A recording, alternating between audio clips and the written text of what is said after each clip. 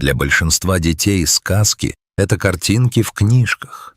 Для Танзи Аспиналл сказка была реальностью, а ее героями были не принцы и принцессы, а могучие существа с мудрыми глазами и мягкой шерстью.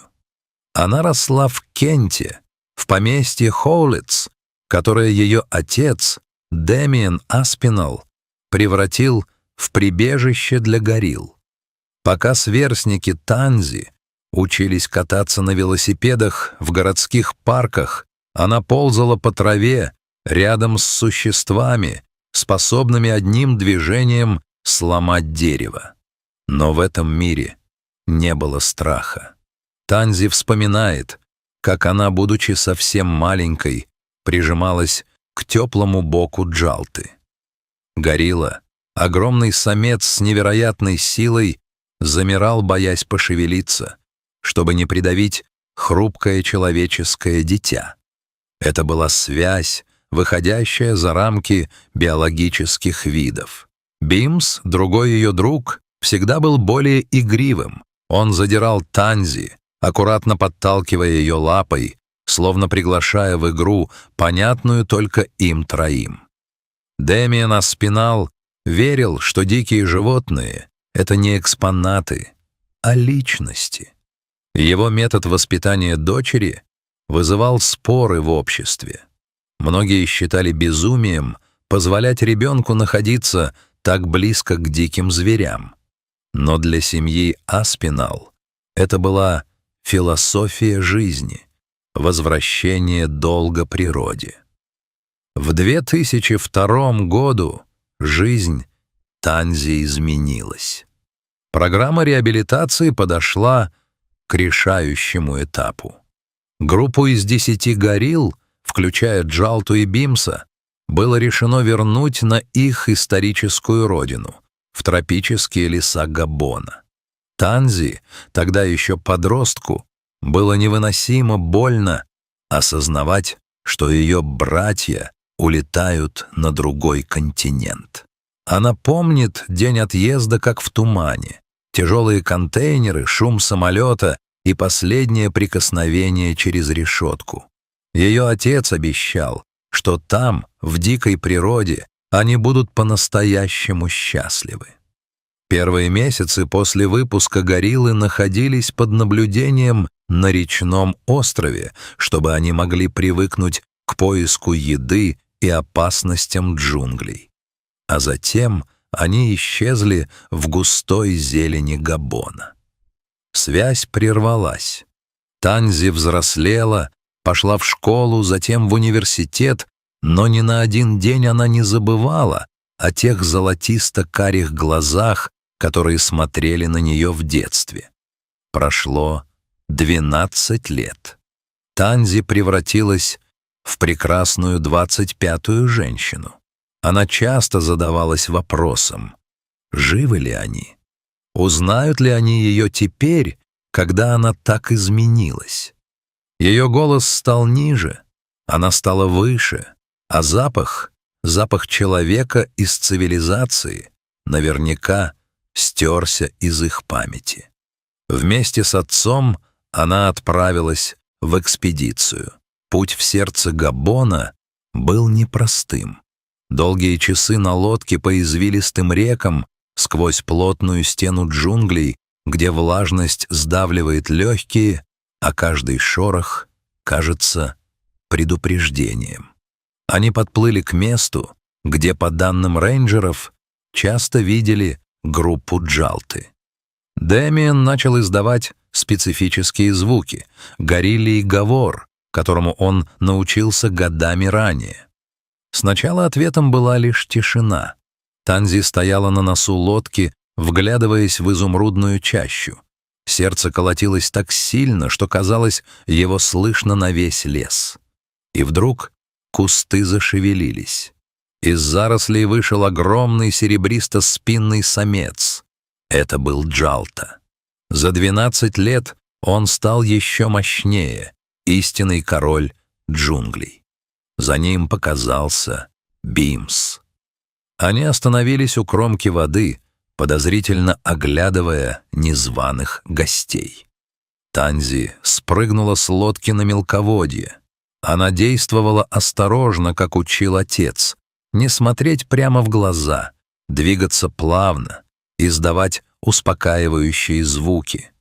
Она присела на корточки, показывая, что не представляет угрозы. То, что произошло дальше, заставило плакать всю съемочную группу. Джалта медленно подошел к Танзи. Он обнюхал ее волосы, его ноздри затрепетали. Прошло мгновение, бесконечное, как вечность, и вдруг его взгляд изменился. В нем вспыхнул огонек узнавания.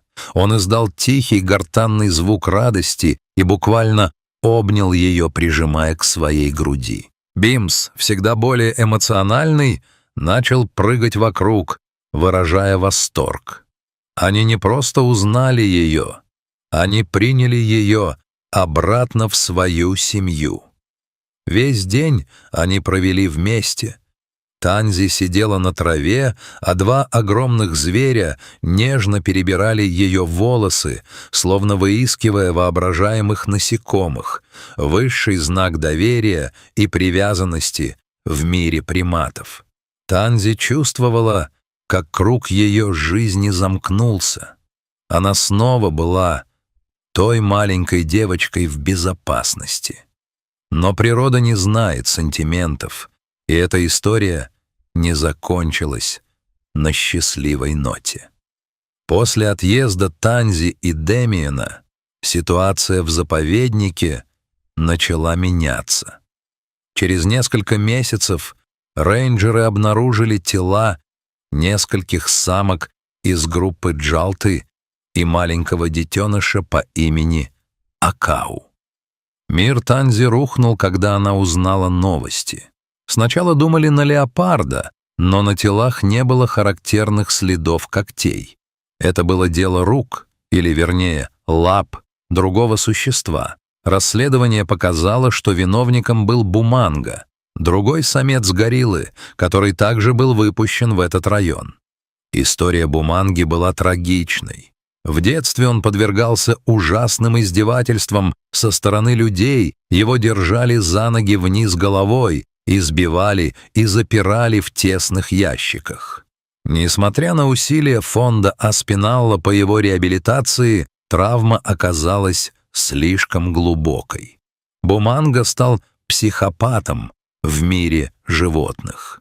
Его агрессия была немотивированной и выходила за рамки естественного поведения горилл. Он нападал на семьи, разрушая социальную структуру, которую Джалта так долго выстраивал. Трагедия Джалты стала личной трагедией Танзи. Она поняла, что даже самая большая любовь и лучшие намерения людей не всегда могут исцелить раны, нанесенные жестокостью. Эта история стала горьким уроком для программы реабилитации. Демиен и Танзи осознали, насколько сложен процесс возвращения животных, переживших психологические травмы, в дикую природу. Один сломленный индивид мог поставить под угрозу выживание целой популяции. Танзи часто вспоминает ту встречу на берегу реки. Для нее Джалта и Бимс остались символом того, что любовь и память способны преодолеть десятилетия и культурные барьеры между человеком и зверем. Но она также поняла, что дикий мир — это не зоопарк с мягкими игрушками. Это место суровой борьбы, где ошибки прошлого, человеческого прошлого, могут привести к катастрофе в будущем. Сегодня Танзи продолжает дело своего отца. Она знает, что за каждое мгновение счастья, подобное той встрече в джунглях, приходится платить тяжелым трудом и иногда разбитым сердцем.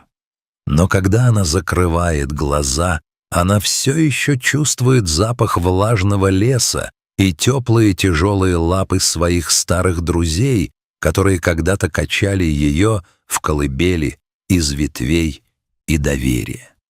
История Танзи Аспиналл — это не просто видео на YouTube. Это напоминание о нашей ответственности перед теми, кого мы приручили, и о том, как важно сохранять хрупкое равновесие между миром людей и миром природы. Джалта и Бимс доказали, что у животных есть душа и память, а трагедия Буманги показала, как легко человек может эту душу разрушить. Надеюсь, эта история помогла вам прочувствовать всю глубину этого события. Если вам нужно что-то подправить или дополнить, дайте знать.